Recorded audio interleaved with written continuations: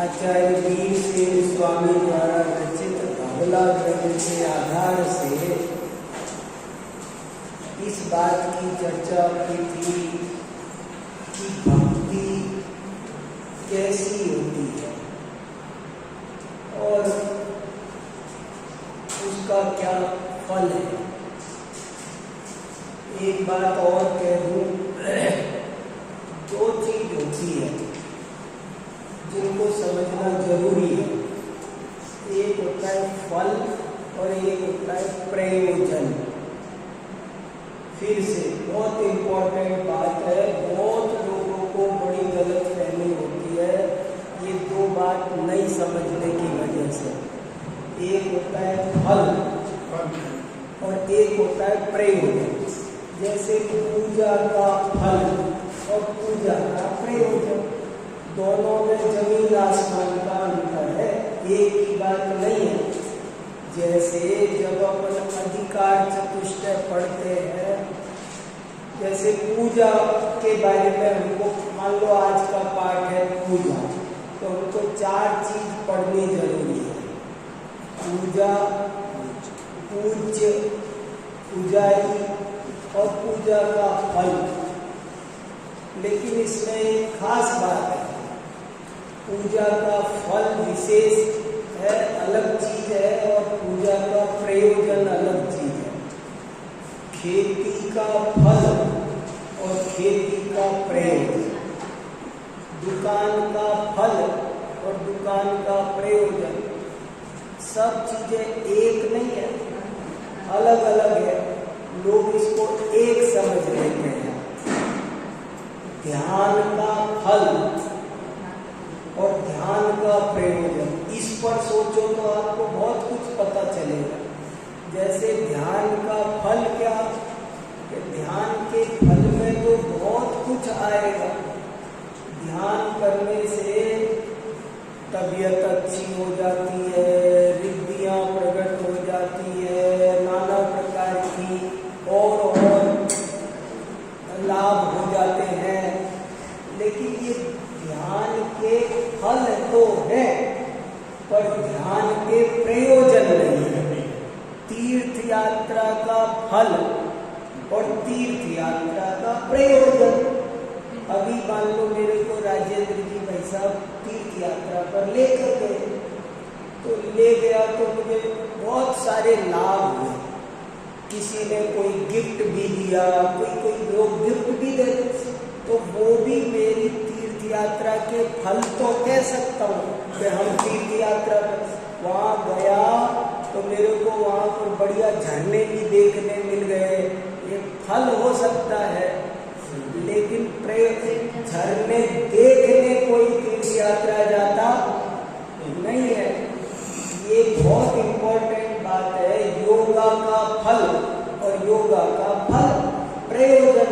बहुत से लोग योगा के फलों को ही प्रयोजन समझ लेते हैं कि योगा करो तो बाल काले होंगे, योगा करो तो, माने वो जो योगा जिस प्रयोजन से था वो प्रयोजन तो रह गया पीछे और फल हो गया, फिर हम उस दुनियादारी में उलझ गए। जैसे और 3-4 जगह आप अपने आप लगा के देखना, 2-4 उदाहरणों में। जैसे खेती का फल, आचार्यों का उदाहरण है ये। एक तो खेती का फल और एक खेती का प्रयोजन। तो खेती का प्रयोजन तो अन्न उत्पादन है, लेकिन खेती का फल में तो घास फूस भी है, फल में तो और भी नाना तरह के सुख दुख है। फल अलग बात है। पूजा करने से कोई आदमी किसी को अपनी लड़की के लिए वर नहीं मिल रहा था और वो तीर्थ यात्रा पे गया और उसे वर मिल गया, तो वो कहेगा देखो तीर्थ यात्रा पर आने से मेरी बेटी की शादी हो गई, बढ़िया लड़का मिल गया। हम सब जगह साहब हम कहाँ ढूंढते फिरते थे, फिर भी नहीं मिल रहा था, और यहाँ आए तो हमें आसानी से अभी तो चल रहा था समझ में आया ना? ऐसे बहुत होता है कि तीर्थ यात्रा पर जाते हैं तो तरह तरह के लौकिक लाभ भी। मैं व्यापारी हूँ और मैं तीर्थ यात्रा पर गया तो वही जिस चीज का कारखाना मैंने लगा रखा है उसका ही कोई एक बड़ा खरीदार मुझे, अरे साहब आपके यहाँ इसका काम है, हम तो आपसे ही लिया करेंगे। तो उसे एक ग्राहक मिल गया जिससे उसको लाखों करोड़ों साल का मुनाफा होना है। बेटी के लिए दामाद मिल गया, और भी कोई प्रयोजन।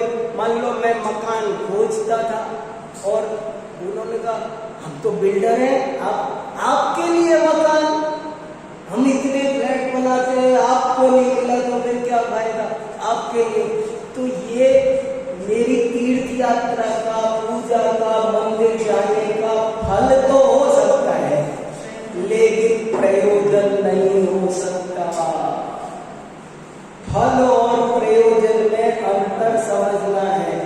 जब आदमी फल के ही लिए काम करने लग जाता है तो वो फल भी उतना अच्छा नहीं रह जाता है। तो ऐसे करके हमने पूजा का, भक्ति का क्या क्या फल होता है, कैसी भक्ति होती है, इसके लिए ये बहुत अच्छा श्लोक था, इसलिए आपको सुनाया। लेकिन अभी मैं और थोड़ी सी गहरी बात दो तीन आपके साथ करना चाहता हूँ, इसलिए इसी विषय को रिपीट कर लिया।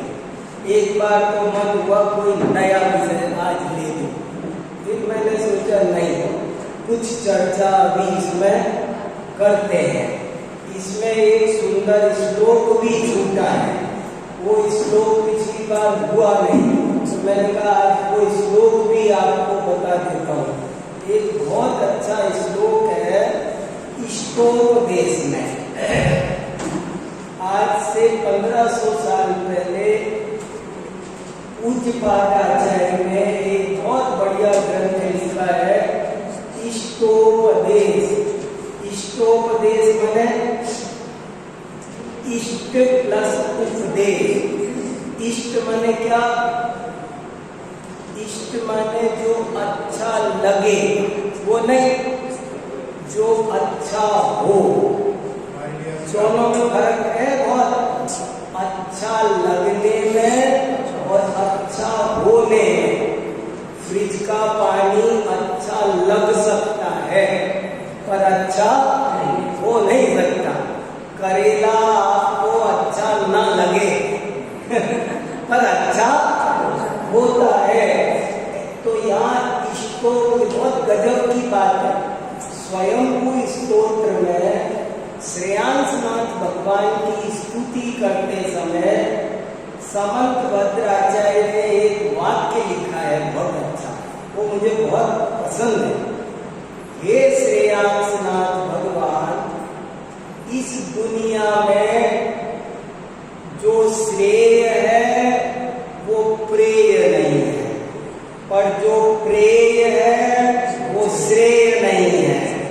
पर आपने श्रेय को ही प्रेय बना लिया, इसलिए मैं आपको प्रणाम करता हूँ। समझ में निकल गया होगा, फिर सुनाता हूँ, बहुत काम का है ये।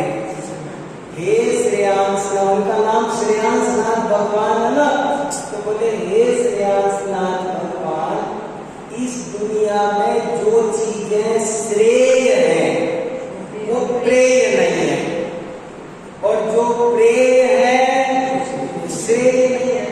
ऐसी अच्छा लगता है प्रेय। प्रेय माने जो अच्छा लगता है।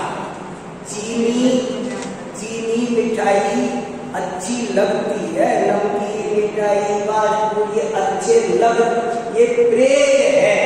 पर पूरी पराठा प्रेय है पर श्रेय नहीं। और रोटी रूखी दाल, रोटी स्वीट दाल का वो भले प्रेय नहीं है पर बोले दुनिया में चीजें दो तरह से बटी हुई है, कोई प्रेय है तो श्रेय नहीं है। श्रेय है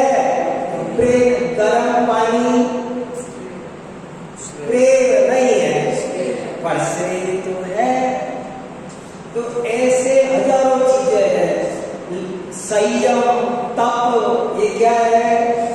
ये प्रेय नहीं है लेकिन श्रेय है। तो बोले हे श्रेयांसनाथ भगवान, इस दुनिया में जो श्रेय है वो प्रेय नहीं है, जो प्रेय है वो श्रेय नहीं है। लेकिन अब ये सुनो, लेकिन आपने श्रेय को ही प्रेय बना लिया। आपकी जय हो, मैं आपको प्रणाम करता हूँ। समझ में आया? सबके समझ में आया? नहीं आया तो बताओ, फिर बोलूंगा। बहुत इम्पोर्टेंट है संयम तप, ये श्रेय है और दुनिया के लिए प्रेय नहीं है। लेकिन हे श्रेयांसनाथ भगवान, आपने तो इनको ही प्रेय बना लिया। आपको तो प्रिय ये लगा, जैसे स्वाध्याय में जाना, पूजा में जाना, व्रत उपवास संयम पालन करना, ये सब लोगों को कंटाला आता है, अरे ये क्या। लेकिन जिनको इसमें ही आनंद आने लग जाए, इसके बिना चैन ना पड़े, तो कहा जाएगा कि इनने श्रेय को ही प्रेय बना दिया। तो ऐसी अच्छी बात है। तो इसलिए अपन को इन बातों को थोड़ा अच्छे से समझना है कि एक तो पूजा का फल और एक पूजा का प्रयोजन, दोनों में अंतर है। पूजा का प्रयोजन ठीक रहना चाहिए, प्रयोजन गलत होगा तो दिक्कत होगी। तो ये श्लोक एक सुना रहा था मैं, वहां से गया मैं। देखो श्लोक पढ़, इष्टोपदेश से, इष्टोपदेश, इष्टोपदेश शब्द का अर्थ बता रहा था। इष्टोपदेश माने क्या? इष्ट उपदेश का मतलब कोई ये समझेगा, बहुत से लोग ऐसे समझते हैं इष्ट देव का स्मरण करो। इष्ट देव का स्मरण करो तो क्या मतलब होता है? इष्ट देव का स्मरण का मतलब समझ लेते हैं लोग कि जो मेरे लिए, जो मुझको अच्छा लगता है, मुझको अच्छा लगता है नहीं चलेगा। जो वास्तव में अच्छा है वही इष्ट देव है, बाकी देव इष्ट नहीं है। कोई कुछ भी समझ ले ऐसा नहीं है। तो इष्टोपदेश में बहुत अच्छा छोटा सा 51-52 श्लोकों का सुंदर ग्रंथ है, स्वाध्याय करने लायक है। और उसमें एक बहुत अच्छी बात लिखी, देखो, इतश्चिंतामणि दिव्यः इतरपिण्यक खंडकम् ध्यानेन चेदुरे लभ्ये वार्यन्तां विवेकिनः। बहुत सुंदर श्लोक है। एक तरफ तो दिव्य चिंतामणि है और दूसरी तरफ खली का टुकड़ा है। अब ध्यान से मानो दोनों चीजें मिलती है तो समझदार क्या लेगा? मैं 10 रुपए का नोट दूं तो मुझे मूंगफली का छिलका भी मिलता है, बादाम का छिलका भी मिलता है, बादाम भी मिलती है, तो क्या लेगा? अरे भाई फिर बादाम ही लेगा ना। और ये छिलका और बादाम तो कुछ उदाहरण नहीं। इन्होंने कहा एक तरफ तो दिव्य चिंतामणि रत्न, इससे बढ़िया कोई चीज नहीं हो सकती। एक तरफ तो दिव्य चिंतामणि रत्न है और दूसरी तरफ खली का टुकड़ा है। अब ध्यान करने से ये दोनों मिल जाते हैं। माना हमने फल में दोनों चीजें आती है। ये अपन ने पिछली बार चर्चा की ना, भक्ति से दोनों प्रकार के फायदे होते हैं, लेकिन प्रयोजन एक है और लाभ फल दोनों तरह के हैं। ध्यान से दोनों तरह के फायदे होते हैं, लेकिन विवेकी क्या चाहेगा? विवेकी तो चिंतामणि रत्न को ही चुने।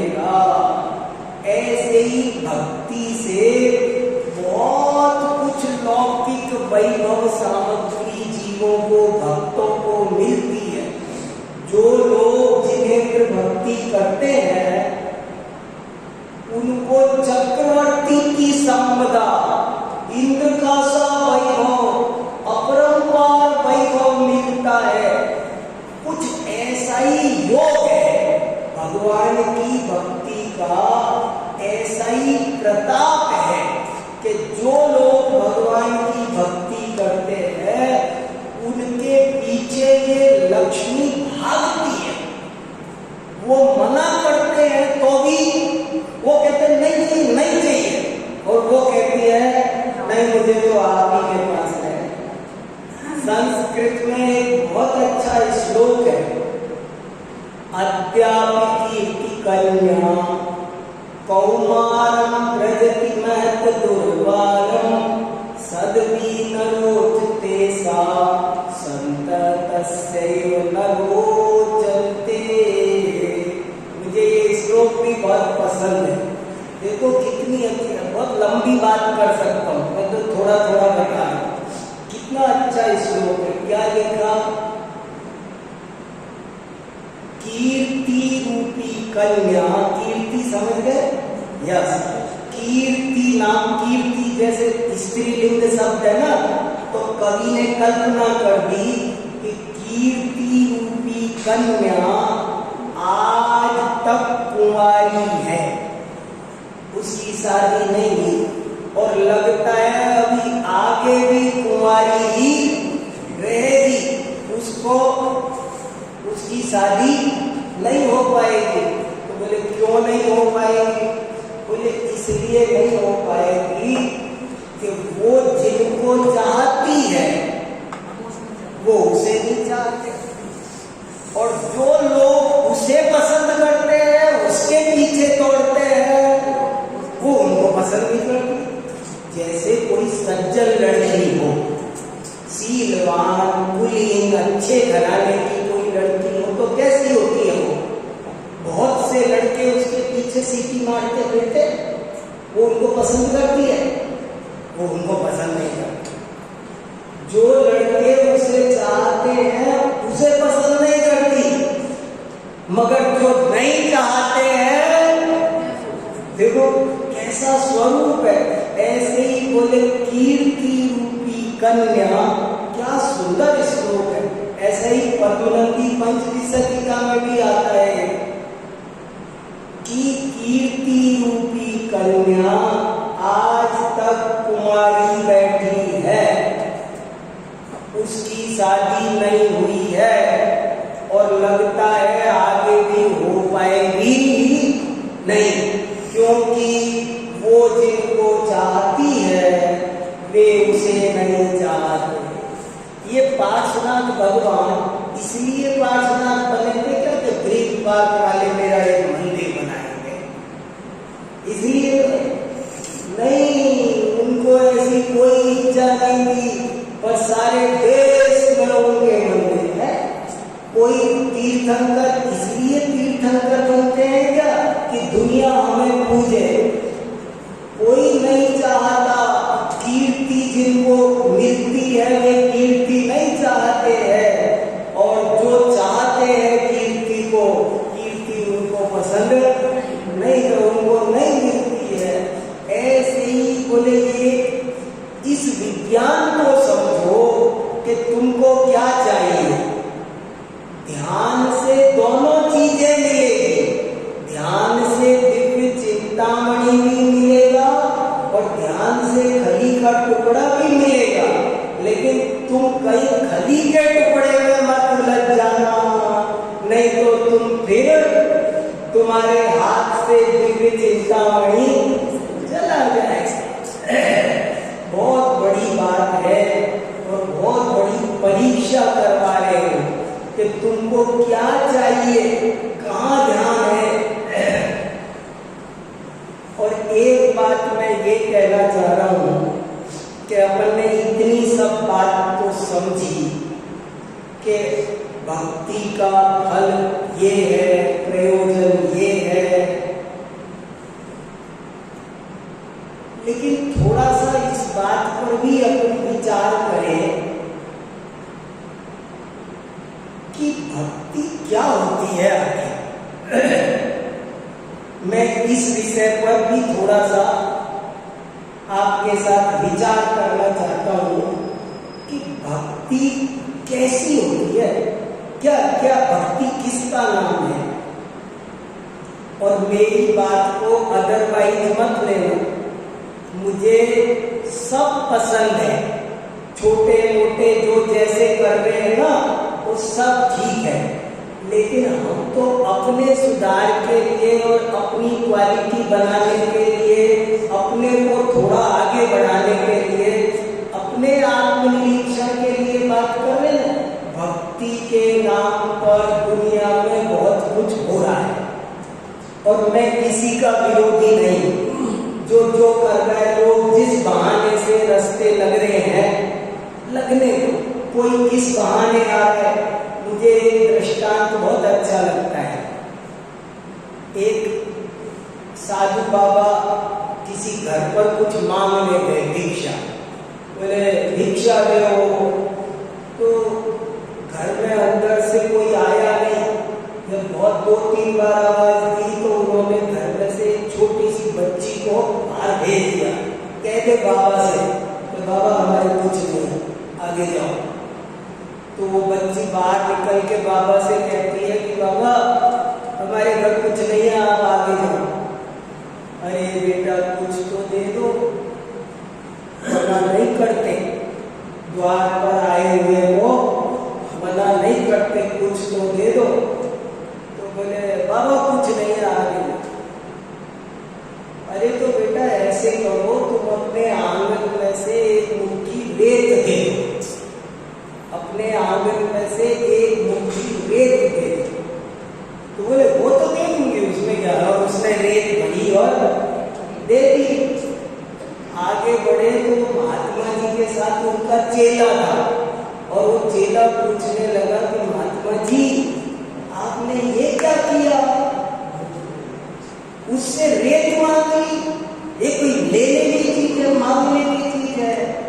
तो महात्मा जी ने उत्तर दिया, अरे उसने कुछ दिया तो सही, देने की आदत तो पड़ी, आज रेत भी है, कल आटा भी देगी। चिंता मत करो, खाली नहीं भेजा ना।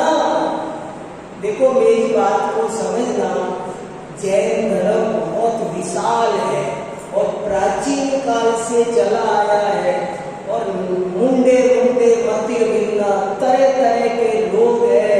कोई कैसे रास्ते लग रहा है, कोई कैसे लग रहा है, किसी की आलोचना मत करो। मैं एक लाइन बोलता रहता हूं, परिष्कार करो, बहिष्कार मत करो। कोई क्या कर रहा है उसकी निंदा मत करो, आलोचना मत करो, बुराई मत करो। उसको तुम प्यार से सुधार सकते हो तो सुधारो, जाने कोई क्या कर रहा है।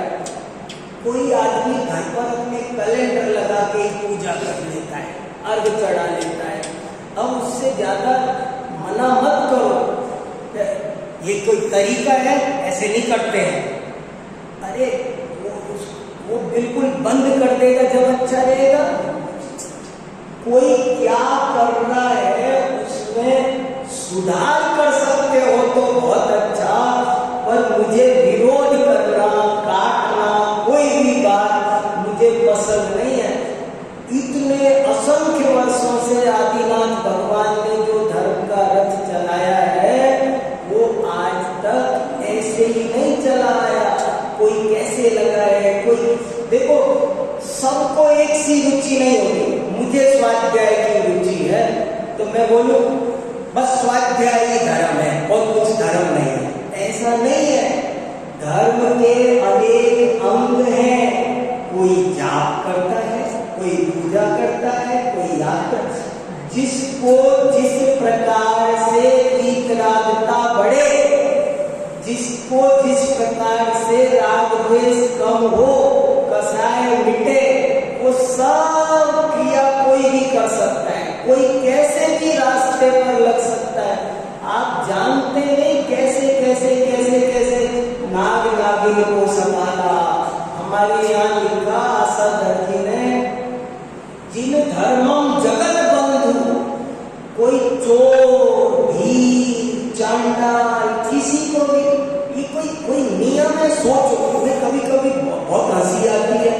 बचपन में तो पहले समझ में ही नहीं आता था कि उस भील को महाराज ने कहा कि कौवे का मांस, अरे पूरा चुरा देते मांस को, कम से कम मांस कोई खाने की चीज है, वो तो पूरा चुराना चाहिए था ना। अरे नहीं, तुम चिंता मत करो, कौवे का ही छोड़ दे दो, आज नहीं कल देखना तुम। ये जो हमने आज धर्म का बीज बोया है ना, ये बीज तुमको आज नहीं समझ में आएगा।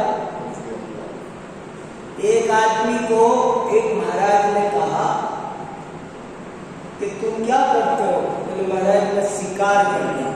अरे शिकार, ये तो अच्छा काम नहीं, बंद करो। महाराज जी मेरी तो यही आजीविका है, ये नहीं बंद हो सकती, और कोई बात बोलो आप। तो बोले ऐसा करो, कौवे का शिकार मत किया करो।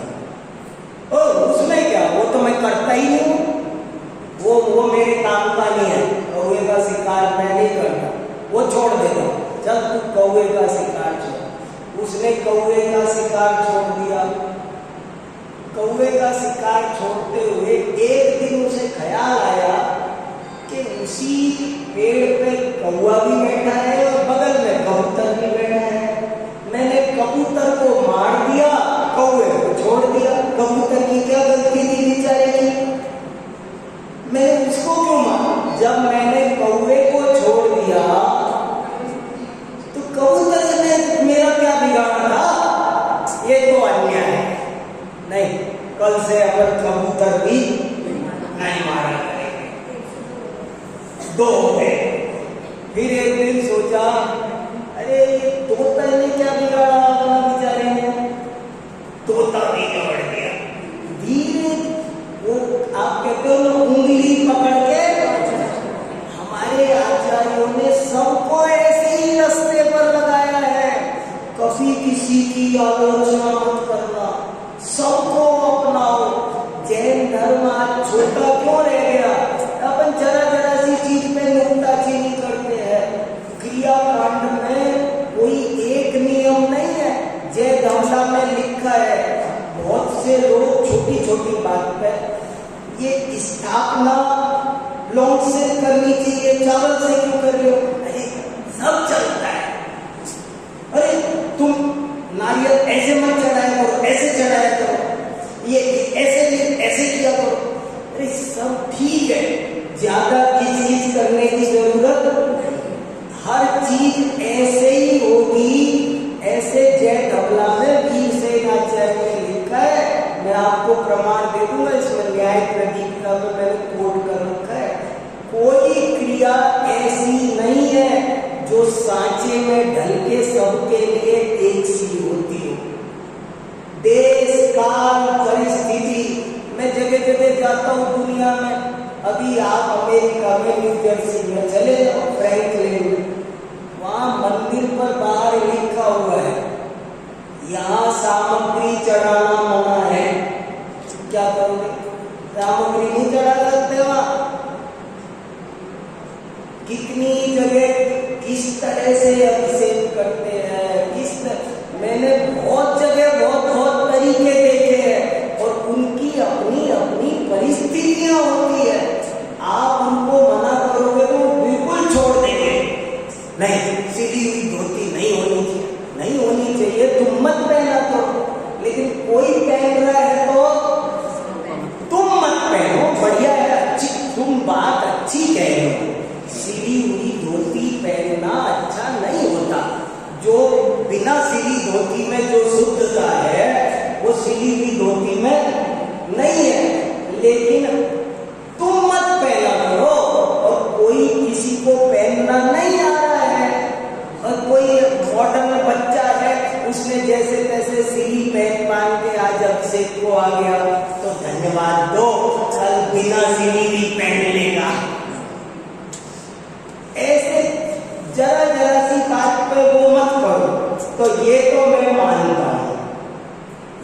अब सवाल ये है कि हमको तो आगे बढ़ना है ना, हमें तो आगे बढ़ना है ना। तो मैं इस बात पर थोड़ी देर आपसे सोचने को कहना चाहता हूं कि जरा इस पे सोचो कि भक्ति की इतनी महिमा सुनी हमने 1 घंटे पिछली बार और अभी थोड़ी देर। अब सवाल ये है कि वो भक्ति होती क्या है, किसका नाम है भक्ति? भक्ति किसी क्रिया का नाम नहीं है, भक्ति किसी फॉर्मेलिटी का नाम नहीं है। भक्ति हृदय की एक बहुत निर्मल परिणति का नाम है। भक्ति कोई मंदिर में ही होगी और पूजा करते समय ही होगी, ये जरूरी नहीं है। भक्ति क्षेत्र और काल से परे है, क्रियाकांड से परे है और वो दिल में रहती है। और थोड़ा उदाहरण अजीब सा लगता है, पर जैसे प्रेमिका के मन में प्रेमी सदा बसता है, माने वो बिल्कुल, ये भक्ति का खेल अजीब है। और जैन धर्म में तो और भी विशेष है। पहली तो यही बात है कि बहुत से लोग तो भक्ति माने यही समझ लेते हैं पैर दबाने का नाम ही भक्ति है। परिभाषा सुनाई थी पिछली बार, गुणेषु अनुरागो भक्ति। भगवान के, ये लाइन ध्यान से समझने की है, भगवान के गुणों में जो बहुमान का भाव है उसका नाम भक्ति है। वीतरागता अच्छी लगती है क्या? अपने से पूछो। हमको राग द्वेष अच्छे लगते हैं कि वीतरागता अच्छी लगती है? अपन को परिग्रह अच्छा लगता है या अपरिग्रह अच्छा लगता है? देखो भक्ति किसका नाम है? हमको अहिंसा अच्छी लगे, हमें सत्य अच्छा लगे, हमें अचौर्य अच्छा लगे, हमको ये अच्छे लगते हैं क्या? सोचो, अपने मन में सोचो। परिग्रह, अपन को मंदिर भी, भक्ति भी, 90% लोग मंदिर बनाना, भक्ति करना, पूजा करना किस लिए? परिग्रह मिलेगा। और परिग्रह क्या है? 5 पाप में से एक है। अपन को कितनी खुशी होती है, एक मकान और ले लिया, पता है क्या हुआ? एक कुर्ता लिया, एक शर्ट ली, क्या क्या है ये पता भी है क्या चीज है, ये क्या मिली? ये परिग्रह है। और परिग्रह 5 पापों में एक पाप है। हिंसा तो पाप लगता है, झूठ पाप लगता है, क्या ऐसे ही हमको परिग्रह पाप लगता है? नहीं, जैसे हिंसा पाप लगता है, जैसे हम हिंसा से बचना चाहते हैं। सोचो, अपने अपने मन, किसी दूसरे की तरफ मत देखो। जैसे मैं हिंसा से बचना चाहता हूं, ऐसे क्या मैं परिग्रह से बचना चाहता हूं? हमारे मन में आता है भाव कि हम परिग्रह से बचें। परिग्रह से बचने की इच्छा का नाम भक्ति है। और वो इच्छा कब होती है, कितनी देर होती है? सोचो, वो इच्छा कब अपना अपना मन चेक करो। अपने मन में अपन को यही लगता है कि झूठ बोलने से काम हो रहा है, हमें लगता है मायाचार करने से लाभ हो रहा है, हमें क्रोध अच्छा लगता है। हमारे मन में क्रोध के प्रति उपादेय बुद्धि है, मान के प्रति, माया के प्रति, लोभ के प्रति, ये सब हमको इनमें मजा आ रहा है। मतलब ऐसा लगता है अपन भी ऐसे हो जाए, अपन मुनि बन जाए, छोड़े सब परिग्रह। ऐसा भाव अंदर से आता है, अंदर से सचमुच में आता है। सब छोड़ छाड़ने का विकल्प आता है, ये सब बाधक लगता है।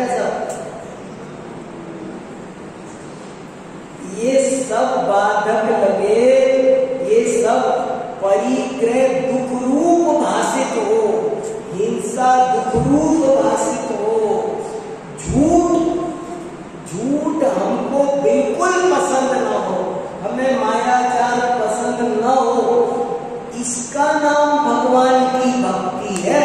केवल भक्ति कोई एक क्रिया विशेष का नाम नहीं, एक थाली का द्रव्य दूसरी थाली में कर दिया, केवल इसका नाम भक्ति नहीं है।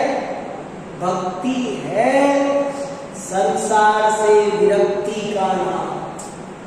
भक्ति हृदय में रहती है।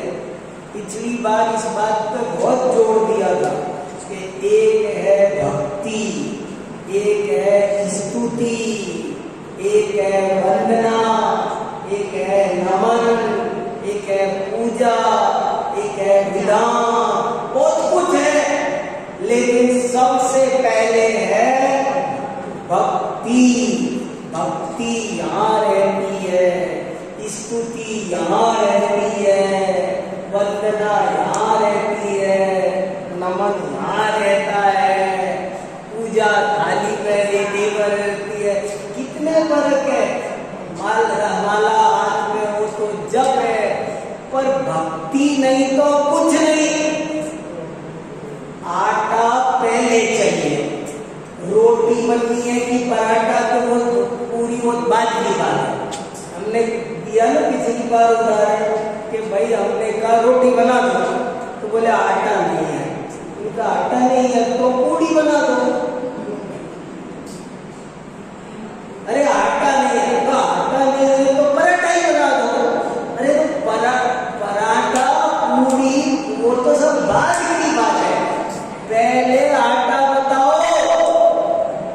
ऐसे ही जिस हृदय में भक्ति नहीं, वो न स्तुति कर सकता है, न पूजा कर सकता है, न यात्रा कर सकता है, न दान कर सकता है, वो कुछ नहीं कर सकता। उसके घर में आटा नहीं है।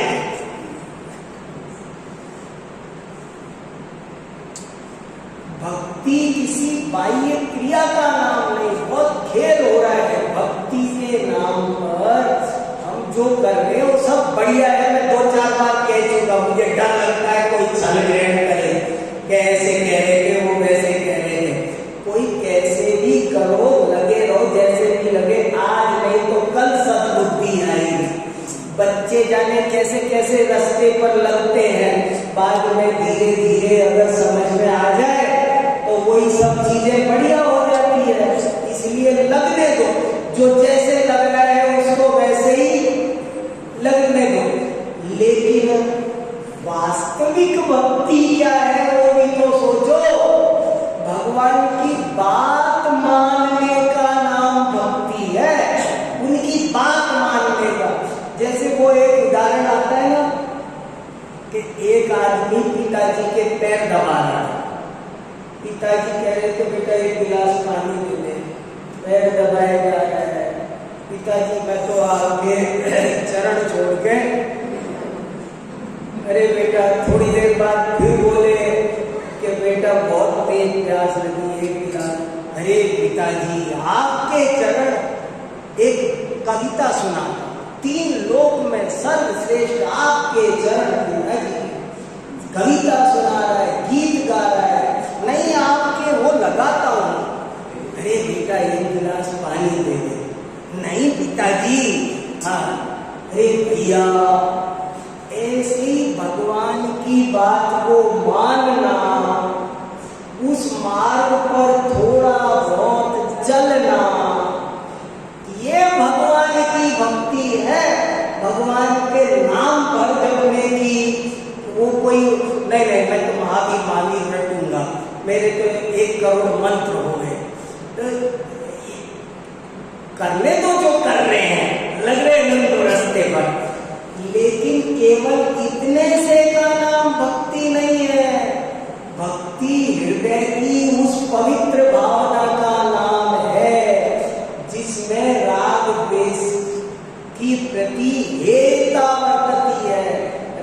द्वेष, क्रोध, मान, पाप, विषय कसाय।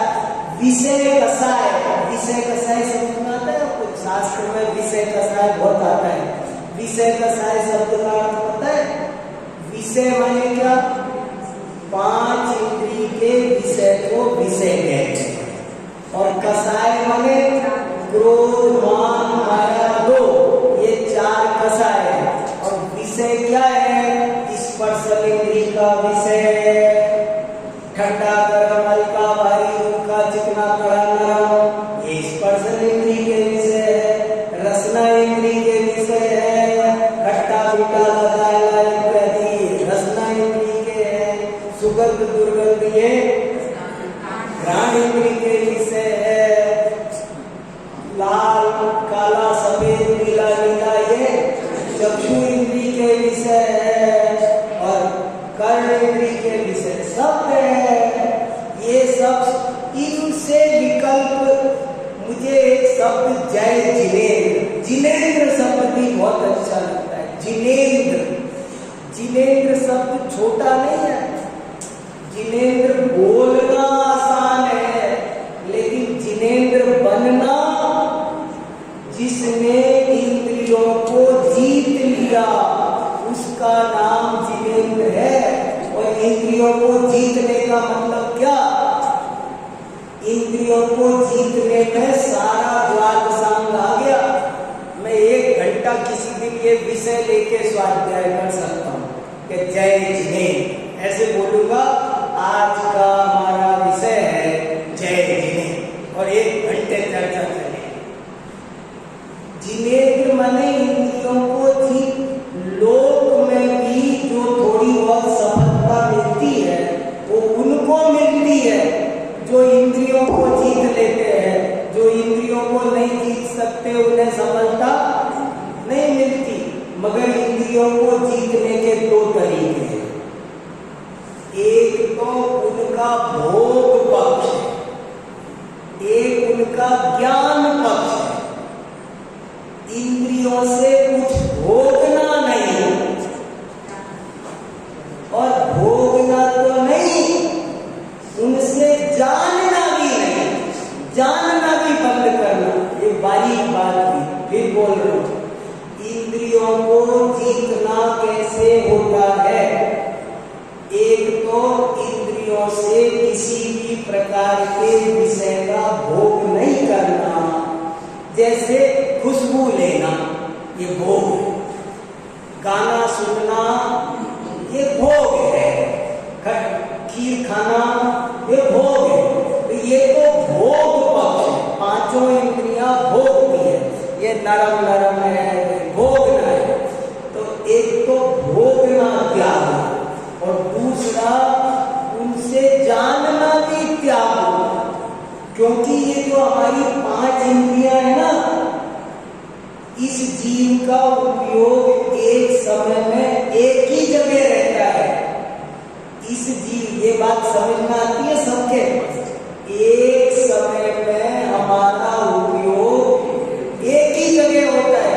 कई बार हमको लगता जरूर है कि हम एक साथ 2 काम कर रहे हैं, और 2 काम कभी कोई नहीं करता है। याद रखना, आप भोजन करते करते गाना सुनोगे, भोजन करते करते टीवी देखोगे, न टीवी का मजा पूरा आएगा न भोजन का, दोनों का सत्यानाश होगा। इसलिए जब वो कहते हैं ना वर्क माइंड वर्क, जब जो करना हो ना, आप 2 काम एक साथ कर नहीं सकते। आपको कई बार लगता है कि मैंने टीवी भी देख लिया और खाना भी खा लिया। नहीं, ऐसा हो नहीं सकता। आपको खाने का आनंद नहीं आया, खाने का होश ही नहीं है क्या खाया। और ऐसे ही अरे टीवी देखते समय भी, मान लो टीवी देख रहे हैं, टीवी देखते समय भी उसमें एक तो देखने का काम होता है, एक सुनने का काम। आपको पता है हम 2 काम एक साथ नहीं कर सकते, देखने का और सुनने का। जो भोजन कर रहा है वो तो कितनी गड़बड़ कर रहा है, वो तो और काम कर रहा है। अकेला टीवी देख रहे तब भी 2 काम है। एक तो हमें देखना पड़ रहा है और एक हमें सुनना पड़ रहा है। आप कैसे देखते हैं पता है आपको? इसमें बारीक बीच बीच में डॉट डॉट गैप होते हैं, हम उनको अपने दिमाग से जोड़ते हैं। हम फिल्म देख रहे हैं और हम गाना भी सुन रहे हैं, तो बीच बीच में गाने में भी ब्रेक आ रहा है और सीन देखने में भी ब्रेक आ रहा है, लेकिन हम उनको अपने ज्ञान में अंदाजे से जोड़ते जाते हैं। तो हमको ऐसा लगता है कि हम दोनों काम एक साथ कर रहे हैं, पर वास्तव में दोनों काम एक साथ नहीं करते। तो आत्मा को कब देख सकते हैं? यदि मैं आंखों से देख रहा हूं तो मैं कान से नहीं सुन सकता, जब कान से सुन रहा हूं तो नाक से सूंघ नहीं सकता, जब सूंघ सकता हूं तब चख नहीं सकता, चख सकता हूं तब छू नहीं सकता। जब पांचों इंद्रियों का वर्क बंद करूंगा तो मेरा उपयोग, मेरा ज्ञान अपनी आत्मा को जान लेगा, आत्मज्ञान हो जाएगा। हमारा सारा ध्यान तो इन पांचों को अटेंड करने में लगा पड़ा है। जब इन पांचों से विरक्ति होगी तब अपने में प्रवेश हो सकता है। तो जय जिनेंद्र को शुद्धोपयोग की दशा का नाम है, आत्मानुभूति का नाम है। तो वास्तव में देखा जाए तो शुद्धोपयोग करना, आत्मानुभूति करना, इसका नाम सच्ची भक्ति है, इसका नाम निश्चय भक्ति है। निश्चय भक्ति क्या है बताओ? सब जगह लिखा है, द्रव्य पूजा, भाव पूजा, द्रव्य नमस्कार, भाव नमस्कार। क्या होता है भाव नमस्कार? द्रव्य नमस्कार और भाव नमस्कार। भाव नमस्कार क्या है? नम माने झुकना। नम माने क्या? नम माने संस्कृत का शब्द है नम। नम शब्द का अर्थ है झुकना। जब अपना उपयोग अपने अंदर झुक जाए तो उसका नाम है नमस्कार, भाव नमस्कार, सच्ची भक्ति। और जो ऐसी भक्ति करते हैं उनको नाना प्रकार के लौकिक लाभ भी, 64 रिद्धियां, ये छोटे मोटे लाभ छोड़ दो, ये क्या चीज है? अपन तो जरा जरा से लाभ, मंदिर गए थे तो हमें डिब्बा मिल गया। अरे डिब्बे डिब्बे कुछ नहीं है, जाने क्या मिलेगा। भगवान की भक्ति करने से 3 लोक का वैभव चरणों में लौटता है भगवान के भक्तों के। लेकिन वो भक्ति सही भक्ति होनी चाहिए, उत्कृष्ट भक्ति होनी चाहिए। उत्कृष्ट भक्ति हो, क्योंकि नहीं तो परिक्रय का प्रेम होगा, भक्ति का होगा। आपको भगवान से प्रेम है या परिक्रय से प्रेम है, ये तय करो। दिखा रहे हो भगवान से प्रेम है, चाहिए तो आपको परिक्रय, तो ये तो परिक्रय का भक्त हुआ, ये तो भोगों का भक्त हुआ, भगवान का भक्त कहाँ हुआ? तो जैन धर्म की भक्ति बहुत ऊंची है। और धर्मों में तो कई तरह से जाने क्या क्या कहा जाता है, भगवान हमें पालते, ये करते वो करते, पर जैन धर्म में ऐसा कुछ नहीं है। यहाँ सही भक्ति अगर हो जाए तो लौकिक जीवन भी मंगलमय हो जाए और आध्यात्मिक जीवन का तो कहना ही क्या। ठीक है, और किसी को कुछ कहना हो तो बता। भक्ति केवल कोई क्रिया मात्र नहीं है, एक एक्टिविटी का नाम भक्ति नहीं है। भक्ति तो हृदय की बहुत पवित्र परिणति का नाम भक्ति है। छठी इंद्रिय के बारे में हाँ सही कहा, सॉल्ट की वजह से नहीं बताया। 5 सबसे खतरनाक वही है। परमात्मा प्रकाश में ये चर्चा आई है कि 5 इंद्रियों को वश में करो। तो शिष्य ने कहा कि 5 इंद्रियों को वश में करूं, ये तो मेंढक तोलने जैसा काम है। एक को वश में करता हूं तो दूसरी बढ़ जाती है, दूसरी को वश में करता हूं तो भाई 5 इंद्री को वश में करो। 5 इंद्री को वश में कैसे करेंगे? वो तो ये इसको करते तो ये भाग जाती है, इसको करते तो वो भाग जाती है, मेंढक तोलने। तो कहा पंचनायक वश करो। 5 का नायक एक मन है, तुम तो मन को वश में करो। मन वश में हुआ तो 5 इंद्रियां वश में हो जाएगी। बिल्कुल सही, बिल्कुल सही, बहुत अच्छी बात। चलो, बहुत अच्छी बातें हैं।